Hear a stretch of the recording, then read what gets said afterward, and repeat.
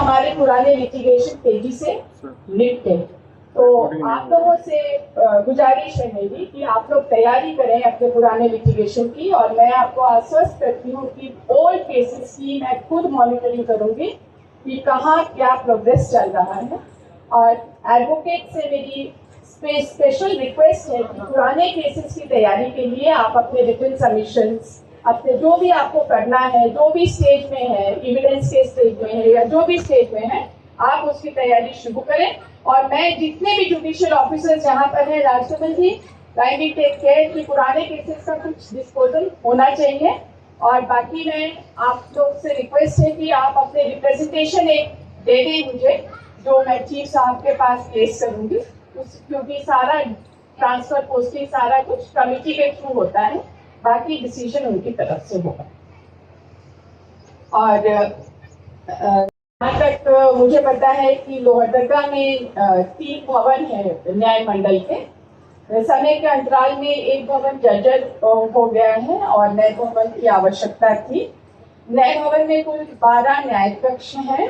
प्रथम चरण में 8 न्यायालय कक्षों का निर्माण किया जा चुका है तथा द्वितीय चरण में शेष 4 न्यायालय कक्ष का निर्माण किया जाना है। मुझे पूरा विश्वास है कि भवन निर्माण विभाग के द्वारा इन 4 न्यायालय कक्षों का निर्माण भी निर्धारित अवधि में कर लिया जाएगा।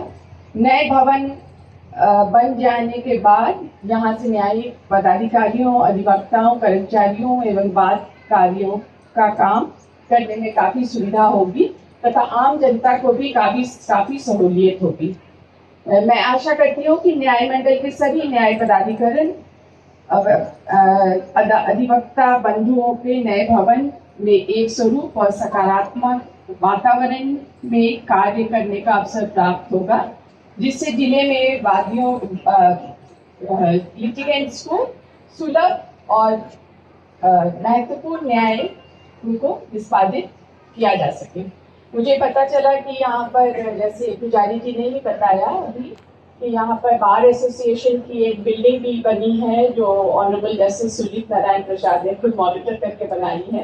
वो है ही इतने अच्छे कि वो इन सब चीज़ों का बहुत ध्यान रखते हैं। और मैं एक्सपेक्ट करती हूँ कि आपका बार एसोसिएशन की बिल्डिंग में आपकी अच्छी लाइब्रेरी होगी। जो नए बच्चे ज्वाइन किए हैं उनके लिए भी पढ़ाई लिखाई की सुविधा होगी। अगर किसी भी प्रकार की सुविधा की आपको आवश्यकता हो, एससीसी ऑनलाइन है या बुक्स है या कुछ एक्सेस आपको ऐसा चाहिए, तो आप पीजीजे साहब से बात कर सकते हैं और ये सारी सुविधाएं आपको मुहैया कराई जाएंगी।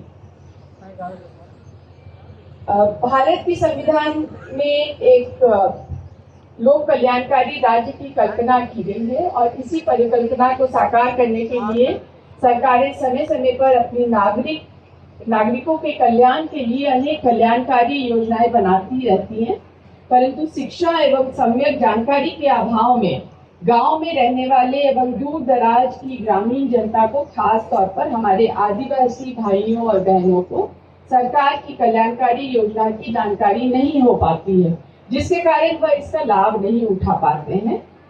मेरा जिला प्रशासन एवं इलेक्ट्रिकल तथा प्रिंट मीडिया से सदस्यों से अनुरोध है कि वह सरकार की योजनाओं की व्यापक प्रचार प्रसार करें, जिससे इनका लाभ सभी जरूरतमंद व्यक्तियों को प्राप्त हो सके।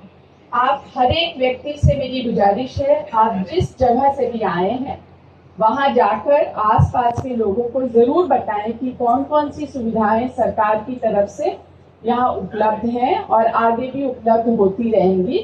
तो ये एक नागरिक होने के नाते हम सब की जिम्मेवारी है कि हम सभी को ये सारी सुविधाएं बताएं। आंगनबाड़ी सेविकाओं से मेरी खास अनुरोध है, क्योंकि उनके पास सारी महिलाएं आती हैं, उनका काफी संपर्क होता है समाज से। वो भी जिन लोगों को इसकी जरूरत है, जरूरतमंद लोग खुद तो आ नहीं पाते, उनको बहुत सहारे की जरूरत होती है, तो वो जरूर से हमारी सारी कल्याणकारी योजनाओं को उन तक पहुंचाएंगी। लोहरदगा, जैसा हम सभी जानते हैं, एक बॉक्साइट माइनिंग के लिए पूरे विश्व भर में प्रसिद्ध है। यहाँ कई सारी यहाँ पे बेसिकली हिंडाल्को यहाँ मेन कंपनी है बॉक्साइट माइनिंग के लिए। तो मैं जिला के जो डिस्ट्रिक्ट माइनिंग ऑफिसर हैं और जो फॉरेस्ट ऑफिसर हैं, मैं उनसे अनुरोध करूंगी कि वो इंश्योर करें कि जो भी रिक्वायरमेंट होती है, लॉ लीगली जो रिक्वायरमेंट है, जो उनको करना है, वो उनके साथ बातचीत करके चीज़ों को आगे लेकर जाए, जिससे कि जो फॉरेस्ट कवर है हमारा, जो फॉरेस्ट कवर है जो माइनिंग के बाद छूट गया है और उसको ठीक से कवर होना चाहिए, वहाँ पे ठीक से प्लांटेशन होना चाहिए।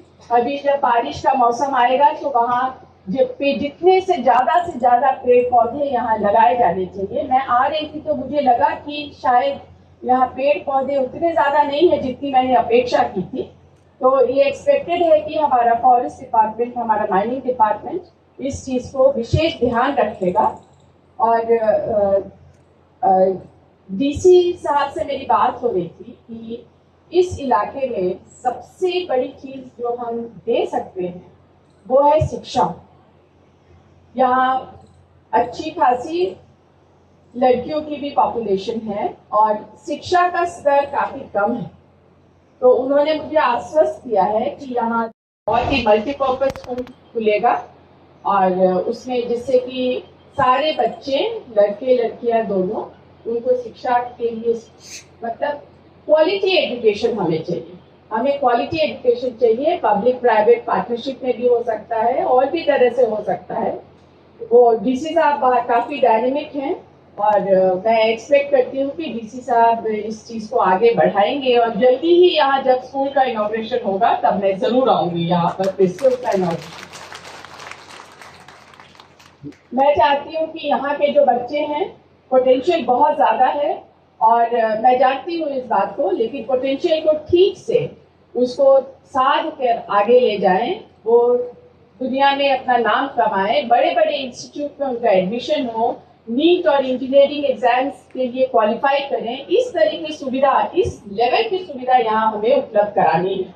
सिर्फ ऐसा नहीं कि स्कूल गए और आ गए, ऐसा नहीं करना है। हमें उच्च लेवल की शिक्षा यहाँ प्रोवाइड करानी है। वहाँ पर हर तरह का स्पोर्ट्स भी और अदर स्किल्स भी, ये सारा कुछ डेवलप कराने की बात, एक प्रोजेक्ट ऐसा मन में है और आई एम श्योर कि ये जल्दी ही आपके सामने साक्षात रूप में आप लोग को मिलेगा। अंत में मैं यहाँ उपस्थित सभी पदाधिकारियों, अधिवक्तागण एवं उपस्थित सभी लोहरदगा के वासियों का हार्दिक आभार प्रकट करती हूँ तथा आप सभी ने आज इस सुंदर कार्यक्रम में मुझे भाग लेने के लिए आमंत्रित किया, इसके लिए मैं बहुत बहुत धन्यवाद करती हूँ। इसी के साथ अपनी वाणी को विराम देती हूँ। सत्यमेव जयते। जय हिंद।